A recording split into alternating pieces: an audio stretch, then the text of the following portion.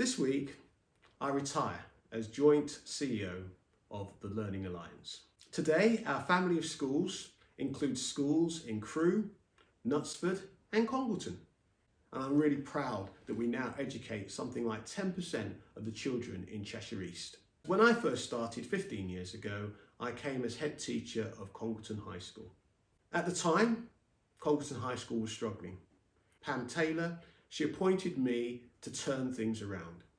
And it was my second headship, still one of the youngest head teachers in the country. Richard Hinckley, her vice chair at the time, he said to me, "David, I'd like you to make this school the best school in Cheshire." 13 years later, we managed to achieve that. We're recognised as the best, not just in Cheshire East, but in the whole of Cheshire. How did that happen? Well, we changed our school motto right at the very beginning, achieving success together. And a lot of determined leadership and teaching and learning has gone on that has resulted in us working together to help our students to do the very best they could. We were an engineering specialist school, and we used that specialism to help our young people to develop practical skills. We understood that practical and vocational skills were really important alongside academic skills, and so we expanded our sixth form to include them. Students have ended up going on to marvellous things as a result of the work that we did with them. Along the way, we've grown, and some of you will recall the buildings have changed. Our new sixth form centre was a landmark that led to us increasing the numbers from just around 100 children in our sixth form to now we find that there are 300. And we moved from just being one school to being a family of schools. As I leave, I'd like to encourage you to keep going on that journey of school improvement.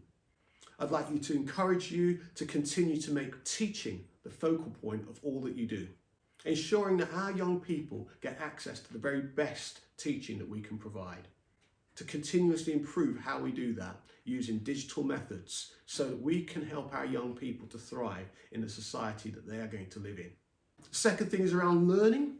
We know how important it is to encourage our children to develop the techniques that they need to learn, but also to encourage them to be global citizens. And finally, leadership. Leadership has always been an important thing. And I'd encourage you to continue along the journey and to be a kind organisation, somewhere that people find difficult to leave because of the community aspects.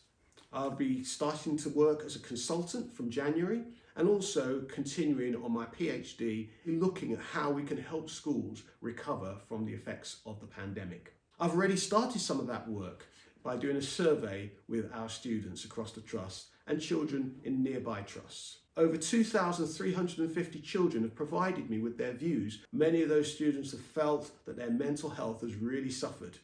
I thought it'd be good to do something about it. And so what I've done is I've put together a Just Giving page where we can start to put some funds together to support our children with their mental health. In particular, sport, I think, is a good way of protecting mental health.